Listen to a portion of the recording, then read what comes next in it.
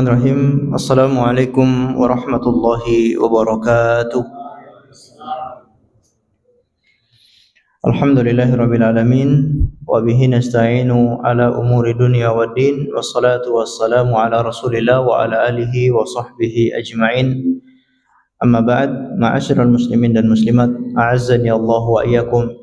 Kita bersyukur kepada Allah karena pada kesempatan malam ini kita bisa kembali melanjutkan materi kita. Semoga apa yang kita pelajari mendapatkan ilmu yang bermanfaat. Amin ya rabbal alamin. Salawat dan taslim semoga tetap tercurahkan kepada junjungan kita Nabi besar Muhammad sallallahu alaihi wasallam dan juga kepada seluruh keluarganya, para sahabatnya dan umatnya yang setia mengikuti tuntunannya sampai hari kiamat. Kita lanjutkan pembacaan kitab Usul Ats-Tsalatsah, 3 landasan utama mengenal Allah, mengenal agama Islam, dan juga mengenal Nabi Muhammad sallallahu alaihi wasallam. Kita masih membahas landasan yang kedua, yaitu mengenal agama Islam. Ma'rifatu dinil Islam bil adillah. Mengenal agama Islam dengan dalil-dalil. Wa huwa al-istislamu lillahi bit tauhid wal inqiyadu lahu bit ta'ah wal bara'atu minasyirki wa ahlihi. Apa itu Islam? Kata Syekh Muhammad bin Abdul Wahhab rahimahullah, yaitu berserah diri kepada Allah dengan mentauhidkannya dan tunduk kepadanya dengan mentaati apa yang diperintahkan olehnya, wal bara'atu minasyirki wa ahlihi, dan berlepas diri dari kesyirikan dan pelaku-pelakunya.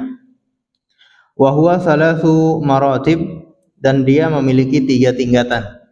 Kalau dilihat dari kuat atau tidaknya seseorang memiliki keyakinan, atau kuat atau tidaknya orang itu punya keyakinan, maka ada 3 tingkatan, yaitu al-Islam wal iman wal ihsan. Islam, iman, dan ihsan. Wa kullu martabatin laha arkanun. Masing-masing rukun atau masing-masing tingkatan ini memiliki rukun.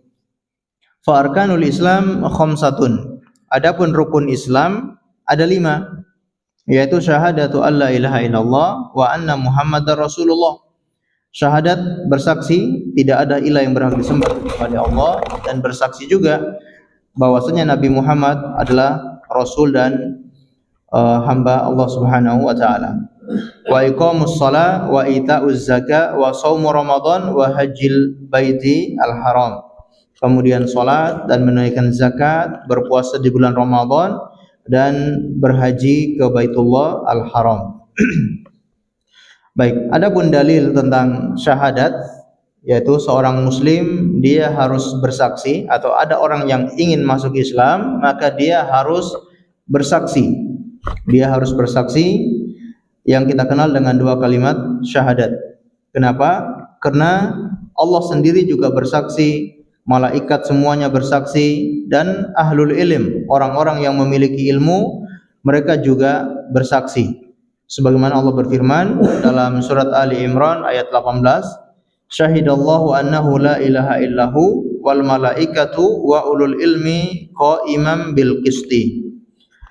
Allah Subhanahu wa taala bersaksi. Jadi Allah sendiri bersaksi atas dirinya. La ilaha illahu.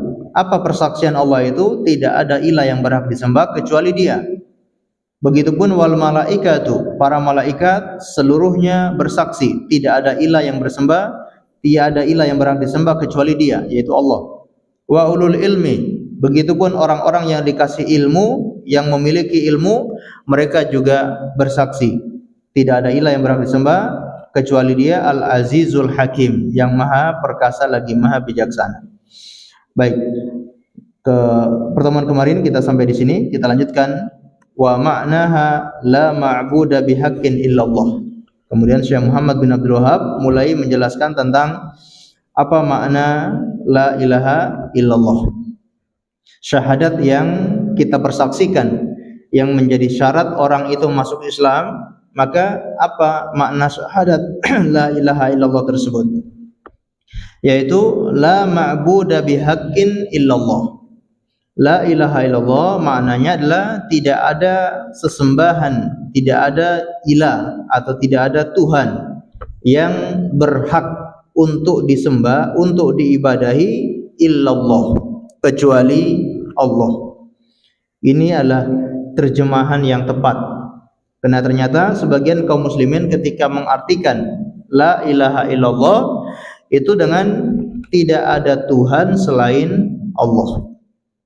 Kalau tidak percaya, coba kita tanya ke masyarakat, atau kita tanya ke mungkin anak-anak didik kita, apakah mereka di perkuliahan, apakah di SMA, apakah di SMP, apakah di sekolah dasar, atau anak-anak yang kita temui, kalau kita tanya apa itu la ilaha illallah, rata-rata jawabannya adalah tidak ada Tuhan selain Allah. Arti seperti ini kurang tepat. Kenapa? Karena ketika kita mengartikan tidak ada Tuhan selain Allah, ada orang yang akan menjawab, buktinya di dunia ini ada Tuhan selain Allah. Ada Tuhan ini, ada Tuhan itu, bahkan ada banyak Tuhan. Ada Tuhan apa misalkan, ya, ada Tuhan Lata, ada Tuhan Uzza kalau orang-orang musyrikin di zaman dahulu. Atau di zaman kita ada Tuhan, mungkin Tuhan Nabi Isa yang dituhankan, atau ada Tuhan Uzair. Sebagian orang-orang Yahudi mengakui seperti itu. Berarti bertentangan dong. Katanya tidak ada Tuhan selain Allah, buktinya ada Tuhan selain Allah di dunia ini. Berarti pernyataan seperti itu tidak benar, menyelisihi realita yang kita temukan di kehidupan ini. Tapi kira-kira di dunia ini apakah ada Tuhan selain Allah atau tidak ada? Banyak, ya. Di dunia ini banyak Tuhan selain Allah yang disembah oleh manusia. Ya, manusia punya banyak Tuhan. Maka terjemahan yang tepat adalah tidak ada Tuhan yang berhak. Ya, ditambahi kalimat yang berhak. Berarti selain daripada Allah tidak berhak. Ya. Atau tidak ada Tuhan yang benar. Berarti selain dari Allah Tuhan yang keliru, Tuhan yang salah. Tidak ada Tuhan yang berhak disembah kecuali Allah. Pertanyaannya, kenapa kok masyarakat kita itu banyak yang menerjemahkan la ilaha illallah itu dengan tidak ada Tuhan selain Allah? Karena memang diprogram, ya, oleh musuh-musuh Islam. Sengaja dibikin kalimat atau dibikin terjemahan la ilaha illallah adalah tidak ada Tuhan selain Allah. Coba lihat, mungkin kalimat-kalimat terjemahan, ya, apakah di tulisan-tulisan, ya, mungkin ada tulisan azan, mungkin di televisi ada azan maghrib, ada azan subuh, dan biasanya itu ada lafaz azannya dan juga ada terjemahannya di bawah. Ya. Asyhadu alla ilaha illallah. Coba dicek apa terjemahan asyhadu alla ilaha illallah. Ada yang pernah baca? Tidak ada Tuhan selain Allah. Bahkan kami punya teman, ya, gara-gara kalimat itu dia dipecat dari kru televisi nasional. Jadi dia bercerita, dia bertugas untuk bagian edit, ya, bagian mengedit yang akan ditampilkan, dan itu pas Ramadan. Besoknya mau Ramadan, dan teman kita ini dia sudah mulai kenal kajian. Jadi dia mencontoh terjemahan yang ada di ada sebuah TV seperti TV Roja, dia contohkan di situ. Ketika sampai pada asyhadu alla ilaha illallah, dia terjemahkan dengan tidak ada Tuhan yang berhak disembah kecuali Allah. Ya. Malamnya beberapa kru yang koreksi, ya, sampai tengah malam ternyata ketemu. Oh, ada yang kalimat itu tidak ada Tuhan yang berhak disembah harus diganti malam itu juga. Tapi karena waktunya tidak cukup lagi, dan ketika subuh ditayangkan dan masih pada terjemahan seperti itu tidak ada Tuhan yang berhak disembah kecuali Allah, akhirnya besoknya langsung dikeluarkan. Jadi gara-gara kalimat itu, ya. Bayangkan, ini memang sengaja dibikin terjemahan la ilaha illallah itu dengan tidak ada Tuhan selain Allah. Kenapa? Kalau kita tambahi tidak ada Tuhan yang berhak disembah, maka menurut mereka, wah itu akan menimbulkan intoleran. Berarti hanya Allah saja yang berhak, sedangkan Tuhan-Tuhan yang lain itu tidak berhak disembah. Mereka membela Tuhan-Tuhan selain Allah, supaya juga ikut disembah. Nah ini tentunya harus kita ajarkan kepada kaum muslimin bahwa terjemahan yang benar adalah tidak ada Tuhan yang berhak disembah kecuali Allah. Walaupun kelihatannya sepele, tapi mengandung makna yang dalam. Baik. La ilaha nafiyan jami'a ma yu'badu min dunillah illallah muthbitan al-ibadata lillahi wahdahu la syarika lahu fi ibadatihi kama annahu la syarika lahu fi mulkihi. Baik, di dalam kalimat la ilaha illallah itu ada dua rukun, yaitu nafia dan musbita atau nafian dan isbat. La ilaha, tidak ada Tuhan, mengandung kalimat peniadaan, yaitu tidak ada semua sesembahan. Jadi konsekuensinya orang yang baca la ilaha illallah, dia harus meninggalkan semua sesembahan-sesembahan selain Allah. Itu konsekuensi orang yang baca la ilaha illallah. Makanya ketika Rasulullah berdakwah kepada orang-orang musyrikin untuk mengucapkan kalimat la ilaha illallah, mereka tidak mau. Padahal apa susahnya? Cuma kalimat la ilaha illallah. Hanya beberapa kalimat, mungkin hanya 3 kalimat atau 3 kata saja. Tapi orang-orang musyrikin mati-matian tidak mau mengucapkan kalimat itu. Kenapa? Ada konsekuensinya. Kalau mengucapkan kalimat la ilaha, konsekuensinya adalah harus meninggalkan semua tuhan-tuhan selain Allah. Dan orang-orang musyrikin tidak mau seperti itu. Aj'al ilahana ilaha wahidah. Justru mereka malah mengatakan ketika diseru untuk membaca la ilaha illallah, mereka mengatakan, wahai Muhammad, apakah engkau akan menjadikan untuk kami Tuhan itu cuma satu saja? Berarti kan mereka paham. Mereka paham konsekuensi dari kalimat la ilaha, yaitu harus meniadakan semua sesembahan. Nah ini karena mereka paham bahasa Arab. Jadi ketika ada kalimat seperti itu, dan kalau orang yang belajar bahasa Arab, dia pasti paham. Ketika ada kalimat la, itu dinamakan dengan kalimat nafyu, yaitu peniadaan. Ilaha itu kalimat nakiroh. Kalimat nakiroh itu adalah menunjukkan keumuman. Jadi nakiro didahului oleh peniadaan, maka memiliki makna adalah menyeluruh. La ilaha, tidak ada Tuhan, berarti semua Tuhan tanpa terkecuali. Baik, ini yang diistilahkan dengan an-nakiro fi siyakin nafyu, ya, nakiro dalam redaksi peniadaan. Baik, nah orang-orang musyrikin yang mereka paham bahasa Arab, mereka sadar dan mereka tahu bahwa konsekuensi la ilaha illallah meninggalkan semua Tuhan. Kemudian al-itsbat yaitu illallah, menetapkan hanya Allah saja yang disembah, hanya Allah saja yang diibadahi. Dalam ibadah yang apa? Hanya Allah saja yang diibadahi. Dalam ibadah yang seperti apa? Dalam semua jenis ibadah. Jadi hanya Allah saja yang disembah, yang diibadahi. Dalam ibadah yang seperti apa? Dalam semua jenis ibadah. Tidak ada satupun ibadah yang diberikan kepada selainnya. Semua jenis ibadah harus diberikan kepada Allah Azza wa Jalla. Mungkin sebelumnya kita sudah mencontohkan beberapa jenis ibadah, ya, baik ibadah lahiriah maupun ibadah batiniah. Ibadah lahiriah seperti ruku, sujud, kemudian menyembelih atau menyerahkan sesuatu persembahan kepada selain Allah.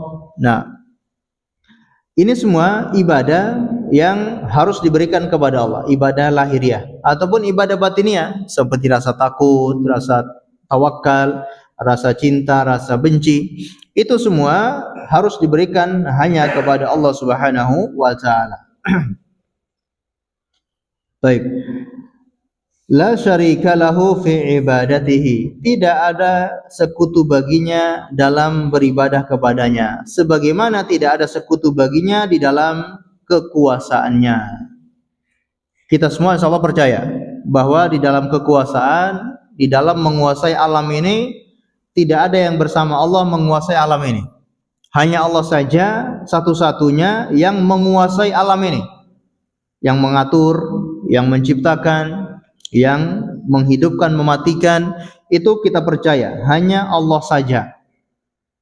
Termasuk orang-orang musyrikin juga paham ketika ditanya siapa yang menciptakan, siapa yang memberi rizki, mereka semua akan menjawab Allah satu-satunya, tidak ada yang ikut campur. Tapi giliran dalam ibadah ternyata ada sekutu, ada bercampur dengan selain Allah. Maka ini tidak dibenarkan. Seharusnya kalau kita percaya Allah satu-satunya yang mengatur alam ini, kita pun harus percaya bahwa hanya Allah pun satu-satunya yang berhak untuk disembah. Karena selain Allah tidak punya kekuatan, tidak punya kekuasaan sama sekali. Hanya Allah saja yang punya kekuasaan mutlak. Kalau begitu, jangan menyembah selain Allah. Kalau menyembah selain Allah berarti menyembah sesuatu yang tidak sempurna. Allah yang sempurna, segala sesuatunya yang memang layak dan pantas untuk disembah. Nah, manusia itu kan kadang-kadang menyembah sesuatu yang tidak sempurna. Bahkan sesuatu yang lebih buruk dari dirinya sendiri pun dia sembah. Itulah buruknya manusia. Ada yang menyembah binatang, ada yang menyembah pohon-pohon, ada yang menyembah batu besar, ada yang menyembah patung. Itulah buruknya manusia. Padahal benda-benda itu atau makhluk-makhluk itu tidak punya akal, tidak bernyawa bahkan, atau makhluk-makhluk yang hina sekalipun ternyata mereka sembah. Dan inilah kekejian dan juga kezaliman yang paling besar ketika manusia itu berbuat syirik, menyekutukan Allah Subhanahu wa taala, padahal di dalam kekuasaan tidak ada yang menyekutukan Allah, tidak ada yang setara dengan Allah. Tapi giliran dalam peribadatan ternyata ada sekutu bagi Allah Subhanahu wa taala. Baik, ma'asyiral muslimin dan muslimat yang dimuliakan oleh Allah Subhanahu wa taala. Wa tafsiruha alladhi yuwaddihu qawluhu ta'ala. Adapun tafsir tentang bahwa di dalam kalimat la ilaha illallah itu mengandung an-nafyu wal isbat, yaitu dalilnya sebagai berikut. Tadi kita sebutkan bahwa la ilaha illallah itu mengandung dua rukun. Masih ingat insyaallah ya? La ilaha illallah mengandung dua rukun. Yang pertama namanya nafyu, peniadaan. Yang kedua namanya isbat, yaitu menetapkan, meniadakan segala sesembahan selain Allah dan menetapkan hanya Allah saja yang berhak disembah. Ini terkandung di dalam kalimat la ilaha illallah. Dalilnya mana? Kan begitu. Kalau Anda mengatakan di dalam kalimat la ilaha illallah itu ada peniadaan dan ada penetapan, mana dalilnya? Nah, ini Syekh Muhammad bin Abdul Wahab akan membawakan dalilnya, dan tentunya sangat banyak dalil-dalil yang menyebutkan hal demikian. Yaitu firman Allah Subhanahu wa taala, wa id qala Ibrahimu li abihi wa qaumihi innani bara'um mimma ta'budun illa alladhi fatarani fa innahu sayahdin wa ja'alaha kalimatan baqiyatan fi 'aqibihi la'allahum yarji'un. Ini dalam surat Az-Zukhruf ayat 26 sampai 28. Ingatlah ketika Nabi Ibrahim berkata kepada ayahnya dan juga berkata kepada kaumnya, innani bara'um mimma ta'budun. Sesungguhnya aku berlepas diri dari apa-apa yang kalian sembah. Nabi Ibrahim berlepas diri dari ayahnya, dari kaumnya, dan dari apa-apa yang mereka sembah. Inilah yang diistilahkan dengan an-nafyu, peniadaan. Nabi Ibrahim meniadakan semua sesembahan-sesembahan yang disembah oleh bapaknya, yang disembah oleh kaumnya. Berarti Nabi Ibrahim apa? An-nafyu, beliau meniadakan. Kemudian kata Allah SWT, perkataan Nabi Ibrahim, illal ladzi fatarani fa innahu sayahdin. Kecuali yang fatarani, yang menguasaiku atau yang menggerakkanku, fa innahu sayahdin, karena sesungguhnya dialah yang memberikan petunjuk kepadaku.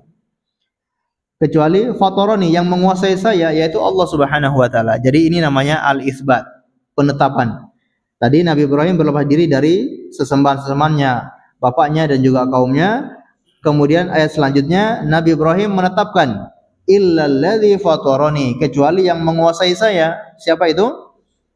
Allah Subhanahu wa taala. Jadi menetapkan fa innahu sayahdin, karena sesungguhnya Allah yang memberi hidayah kepada saya.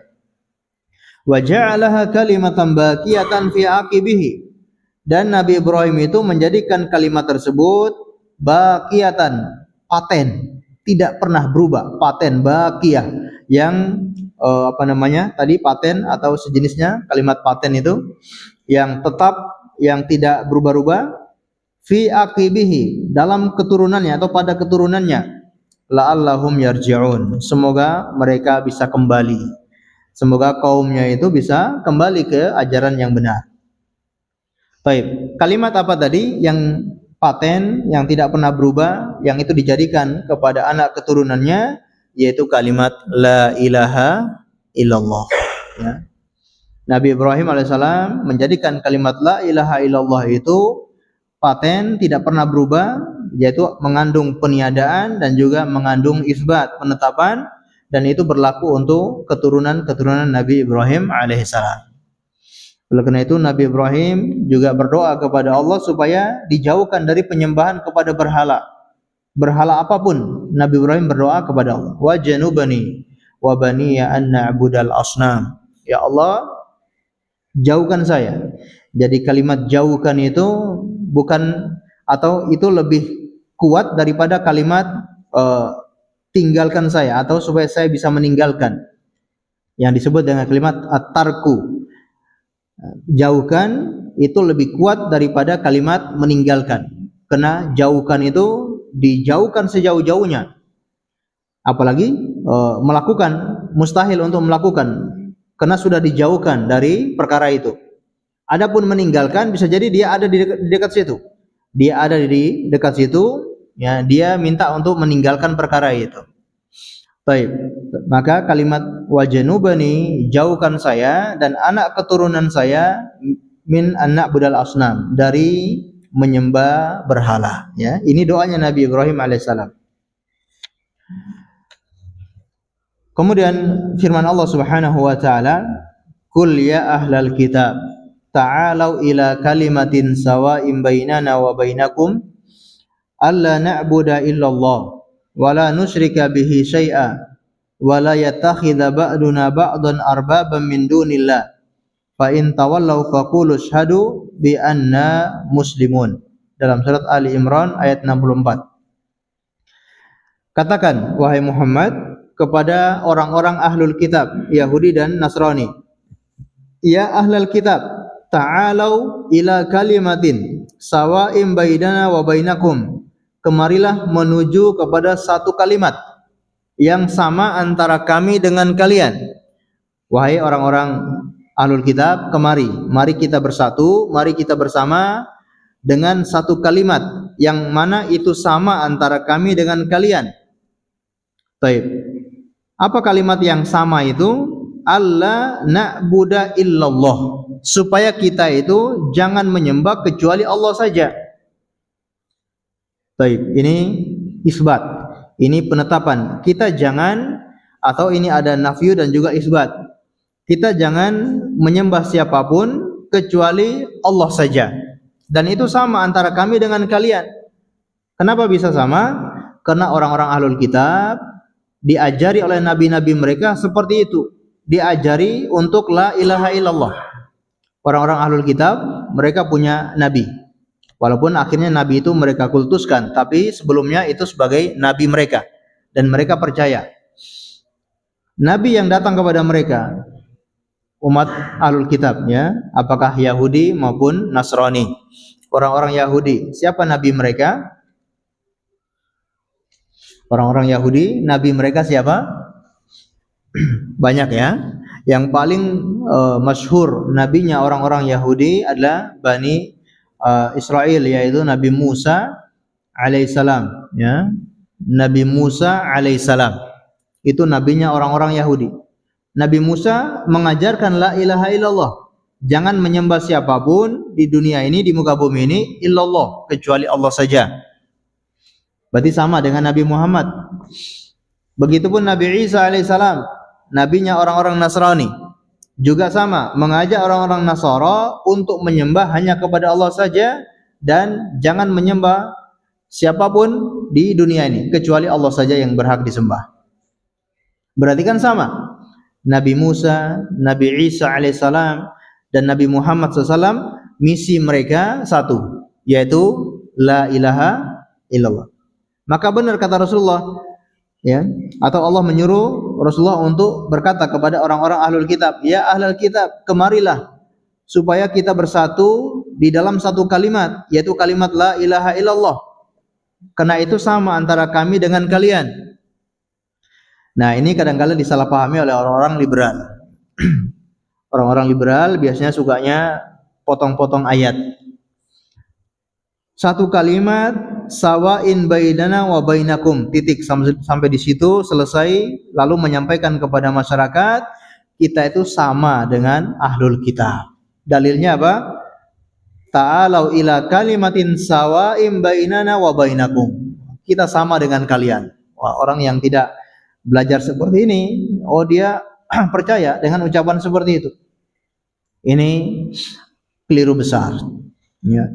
Berarti akhirnya mereka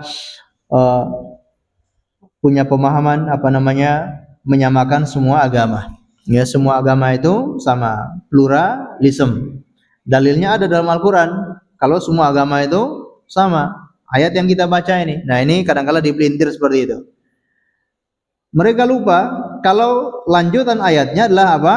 Allah na'budu illallah. Jangan kita menyembah siapapun illallah, kecuali Allah. Nah, orang-orang ahlul kitab di zaman kita sekarang ini, apakah mereka menyembah hanya Allah saja atau masih menyembah kepada yang lain? Kalau masih menyembah yang lain berarti tidak sama, ya. Kecuali kalau mereka membuang semua sesembahannya, baru dikatakan sama antara kami dengan kalian. Kemudian ayat selanjutnya atau lanjutan ayatnya, wala tusyrika bihi syai'an, dan jangan berbuat syirik dengannya sesuatu apapun.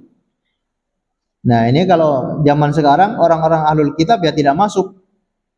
Karena rata-rata orang-orang selain Islam itu apa? Syirik, mereka menyekutukan Allah. Agama manapun selain Islam pasti punya dua Tuhan atau bahkan punya Tuhan-Tuhan yang banyak. Hanya agama Islam saja yang tauhid, yang punya satu Tuhan. Orang Yahudi punya dua Tuhan, orang Nasara punya dua Tuhan. Agama-agama lain bahkan punya Tuhan-Tuhan yang banyak. Bahkan ada yang punya 7 Tuhan.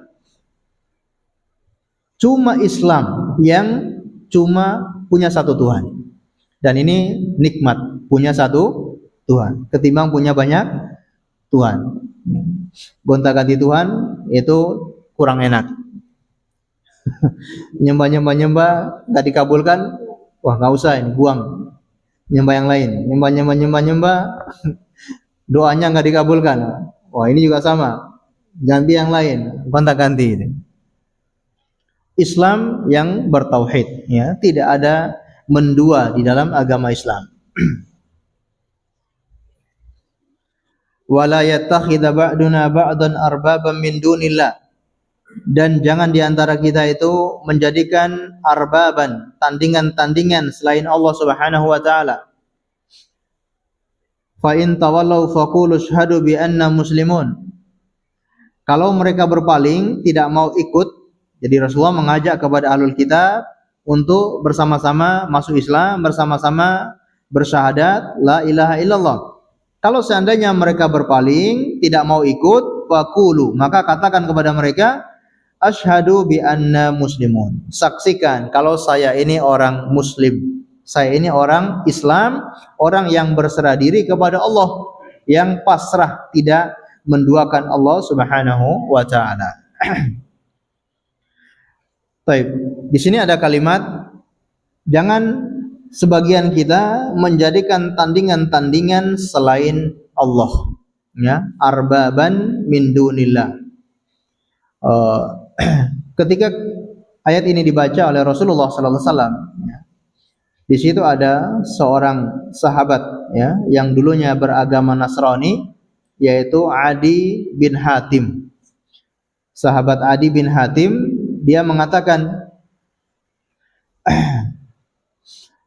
ittakhadu, kata beliau, ittakhadu ahbarahum wa ruhbanahum arbaba min dunillah. Baik, ketika Rasulullah membacakan sebuah ayat, ittakhadu ahbarahum wa ruhbanahum arbaban. Orang-orang Nasrani itu menjadikan rahib-rahib dan menjadikan pendeta-pendeta atau pemuka-pemuka agama mereka arbaban, tuhan-tuhan atau tandingan-tandingan selain Allah Subhanahu wa taala. Begitu Rasulullah membaca ayat ini, sahabat Adi bin Hatim yang ketika itu masih Nasrani mengatakan, inna lasna na'buduhum, sesungguhnya kami tidak menyembah mereka, kami tidak menyembah pemuka-pemuka agama kami tidak pernah sujud kepada mereka, kami tidak pernah sembelih untuk pemuka-pemuka agama kami. Tapi dalam ayat itu kata Rasulullah, beliau membacakan ayat, mereka ahlul kitab itu telah menjadikan rahib-rahib, menjadikan pemuka-pemuka agama mereka itu adalah tandingan-tandingan selain Allah. Padahal kami tidak pernah menyembah mereka.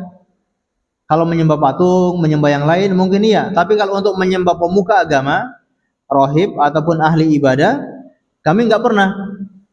Maka kata Nabi sallallahu alaihi wasallam, "Alaysa yuharrimuna ma ahallallah fa tahrimunahu wa yuhilluna ma harramallahu fa tahallunahu fa tuhillunahu?" Qala qultu bala. Qala tilka ibadatuhum. Bukankah pemuka-pemuka agama kalian menghalalkan yang Allah haramkan, kalian juga ikut? Bukankah pemuka agama kalian mengharamkan apa yang dihalalkan oleh Allah, kalian juga ikut-ikutan?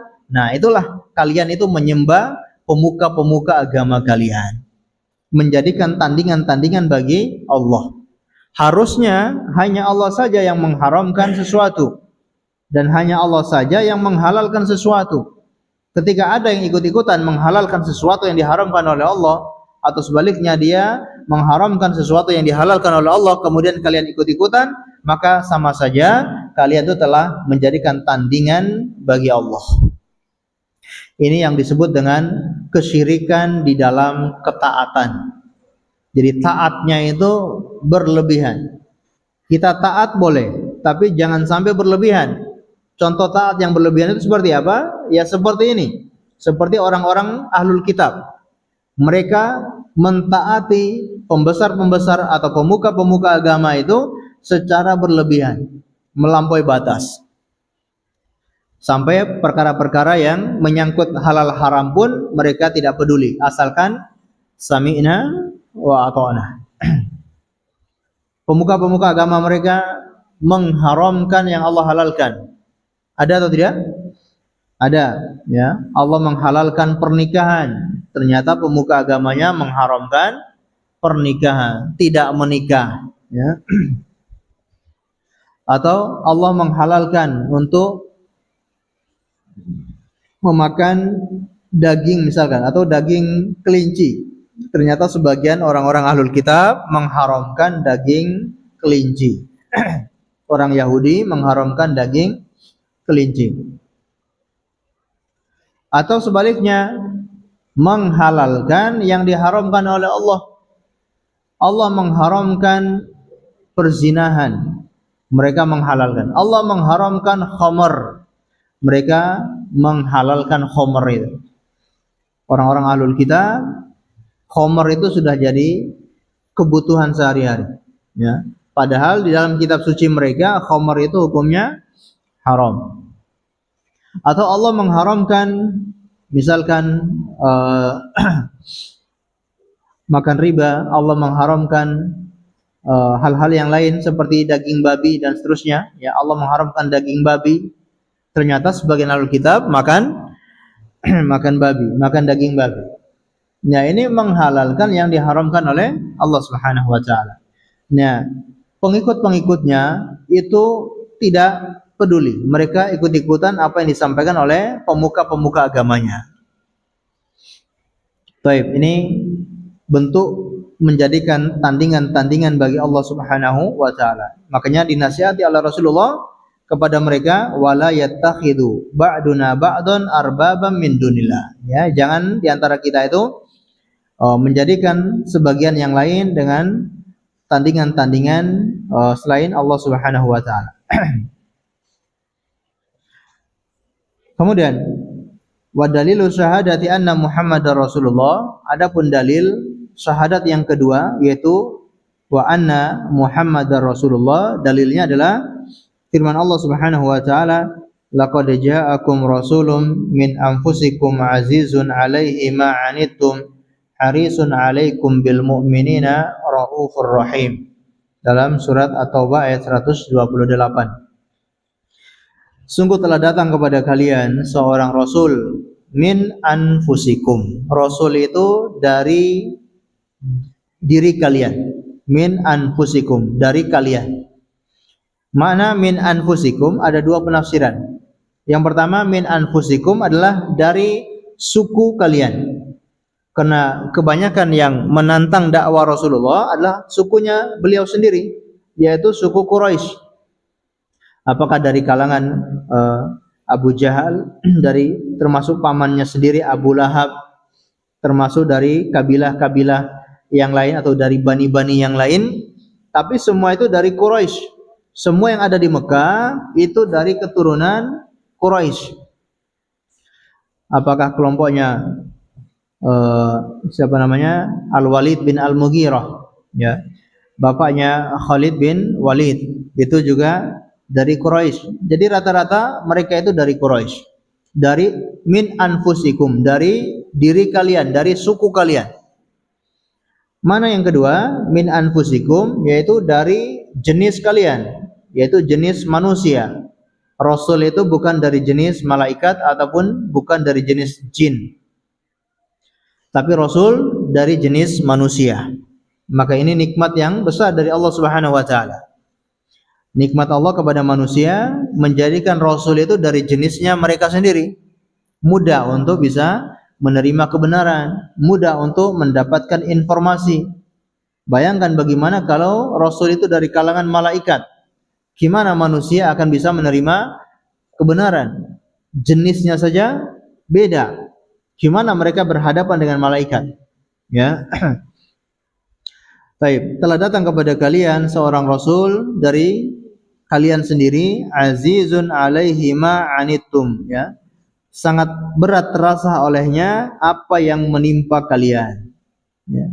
Ketika menimpa kalian diantaranya kesesatan, kesyirikan atau kekafiran menimpa kalian, itu sangat berat bagi Rasulullah sallallahu alaihi wasallam. Saking kasih sayangnya Rasulullah kepada umatnya atau kepada kaumnya, maka beliau sangat antusias untuk mendakwai mereka supaya masuk Islam. Ya, ketika mereka tidak masuk Islam, masih di dalam kekafiran, sangat berat terasa olehnya. Beliau kepikiran, beliau sedih ketika ada yang tidak masuk Islam. Ketika ada yang masuk Islam, itu kabar gembira bagi Rasulullah sallallahu alaihi wasallam. Termasuk penderitaan yang lain selain penderitaan kekafiran, penderitaan musibah atau penderitaan ujian-ujian fisik, ujian-ujian dunia, ini pun akan terasa berat oleh Rasulullah sallallahu alaihi wasallam. Masya Allah, ya, beliau itu betul-betul merasakan apa yang dirasakan oleh kaum muslimin. Ya, maksudnya yang hidup bersama beliau. Ketika ada yang susah, ya, beliau ikut merasakan kesulitan kaum muslimin, para sahabat. Ketika ada yang sedih, beliau ikut sedih. Seperti itulah Rasulullah sallallahu alaihi wasallam. Ini bukti kalau sangat besar cintanya Rasulullah kepada umatnya. Makanya kita ingat bahwasanya semua nabi-nabi itu sudah dikasih jatah doa yang mustajab. Adapun Nabi sallallahu alaihi wasallam beliau mengatakan, aku undur doa yang mustajab itu untuk umatku nanti di hari kiamat, yaitu memberikan syafaat untuk umatnya di hari kiamat. Masya Allah, saking sayangnya Rasulullah kepada umatnya. Disebutkan dalam sebuah riwayat juga, Rasulullah memberi perumpamaan. Perumpamaan saya dengan kalian seperti perumpamaan seorang yang menyalakan api, kemudian hewan-hewan kecil itu berterbangan untuk mendekati api itu, dan aku yang menghalangi kalian, ya, atau seorang yang menghalangi agar hewan-hewan itu tidak mendekati api. Itu ibarat saya dengan kalian. Aku menghalang-halangi kalian supaya jangan masuk neraka.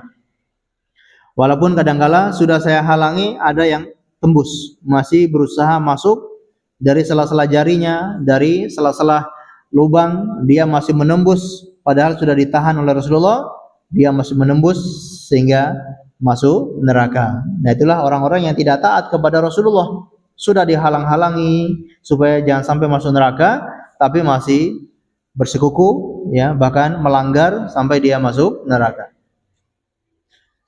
Harisun 'alaikum bil mu'minina raufur rahim. Ya, sangat bersemangat untuk orang-orang yang beriman, atau supaya menjadikan orang-orang itu beriman. Semangat untuk berdakwah.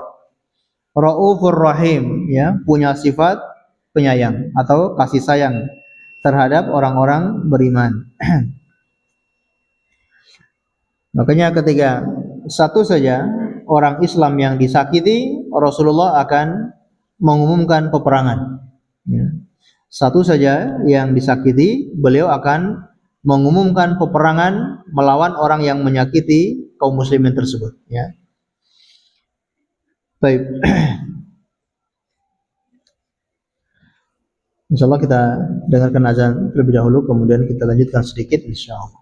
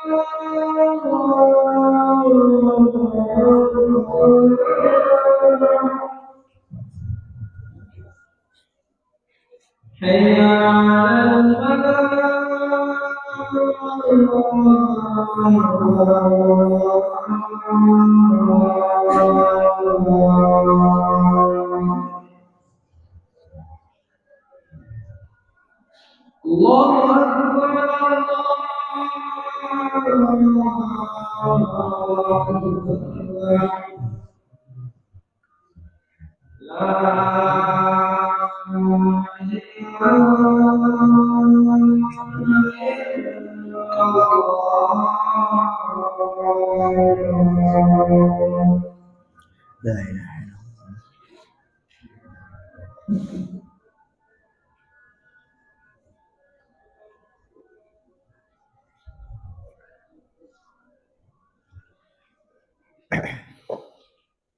Baik. Ma'asyiral muslimin dan muslimat, a'azzani Allahu wa iyyakum.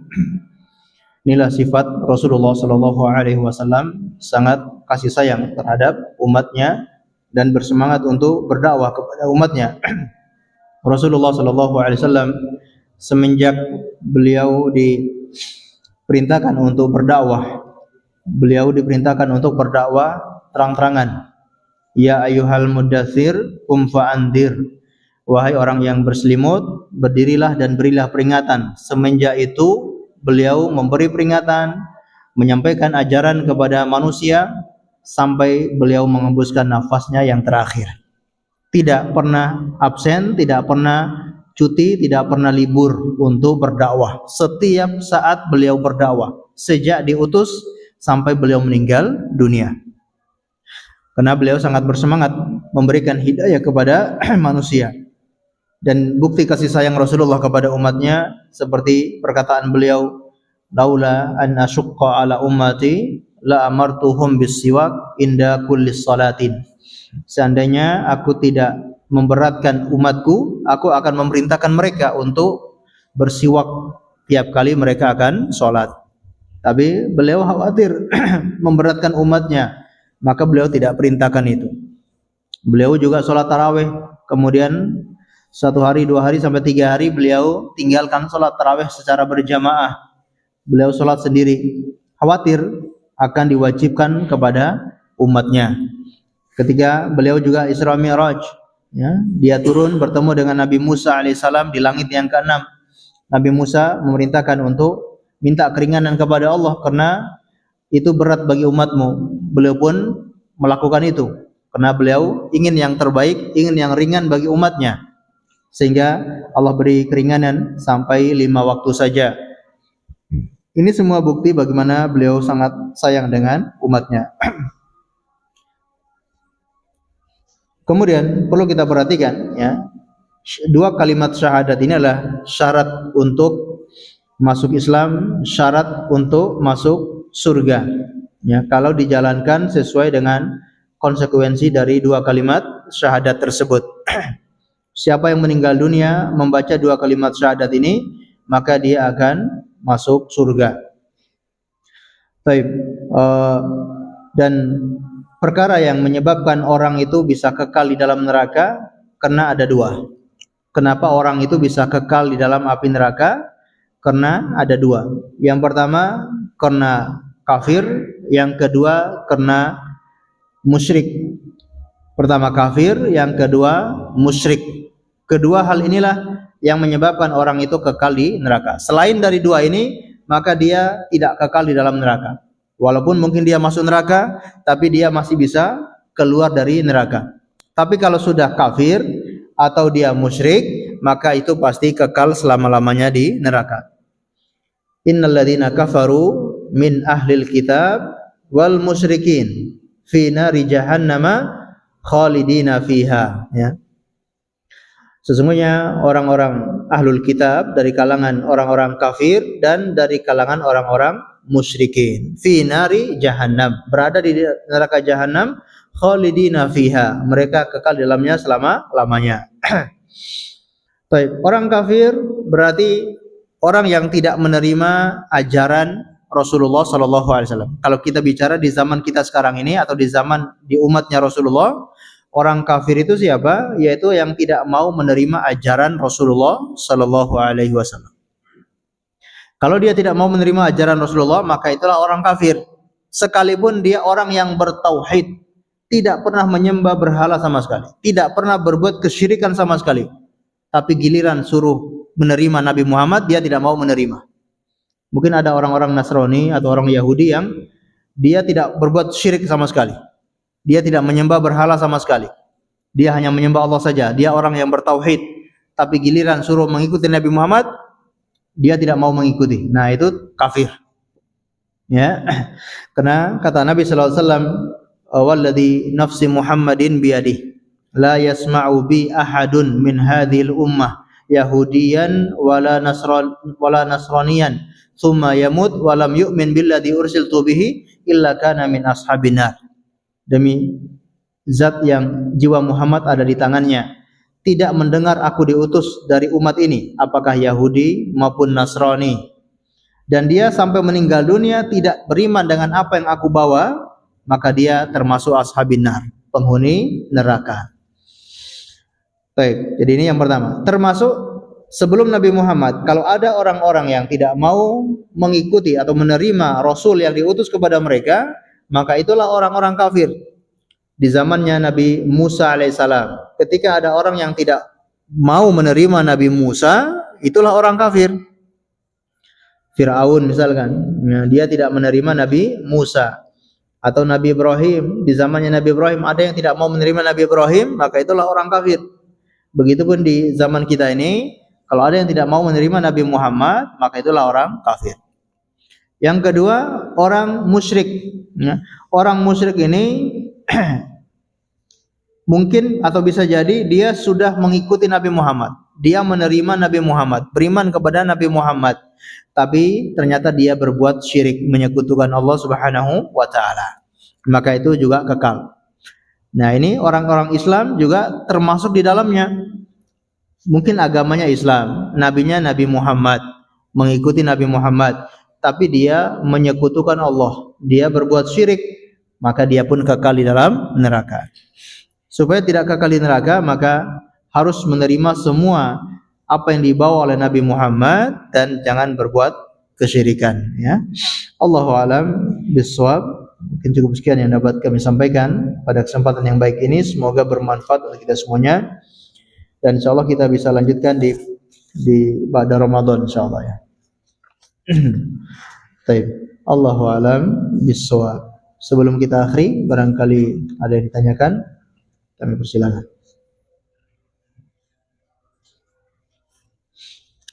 Cukup insyaallah, ya. Kita akhiri dengan membaca doa kafaratul majlis. Subhanakallahumma bihamdika asyhadu an la ilaha illa anta astaghfiruka wa atubu ilaik. Wa sallallahu ala nabiyyina Muhammad wa ala alihi washabbihi wasallam. Terima kasih atas segala perhatiannya. Mohon maaf atas segala kekurangannya. Assalamualaikum warahmatullahi wabarakatuh.